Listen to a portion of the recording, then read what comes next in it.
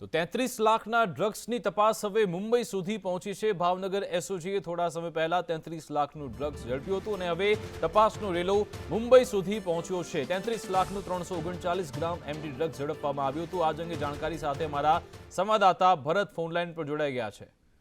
માફ કરશો, અમારા સંવાદદાતા મયુર અમારી સાથે ફોનલાઈન પર જોડાઈ ગયા છે। મયુર, જણાવશો હાલ મુંબઈ સુધી તપાસનો રેલો પહોંચ્યો છે, શું કનેક્શન બહાર આવ્યું છે અહીંયાનું? વિકાસ ચોક્કસથી વાત કરીએ તો ભાવનગર એસઓજીએ જે રીતે કહી શકાય કે 2 દિવસ પહેલા જે 33 લાખ રૂપિયાનો જે ડ્રગ્સ જથ્થા સાથે 4 શખ્સોની જે ધરપકડ કરી હતી, તેમાં કહી શકાય કે 339 જેટલો ગ્રામ 339 ગ્રામ જેટલું ડ્રગ્સ છે, તેની તપાસ છે તે હાલ એલસીબીને આપવામાં આવી છે। આ જે ડ્રગ્સ છે તે મુંબઈમાંથી ભાવનગર ખાતે ખાનગી ટ્રાવેલ્સમાં લાવવામાં આવ્યો હતો।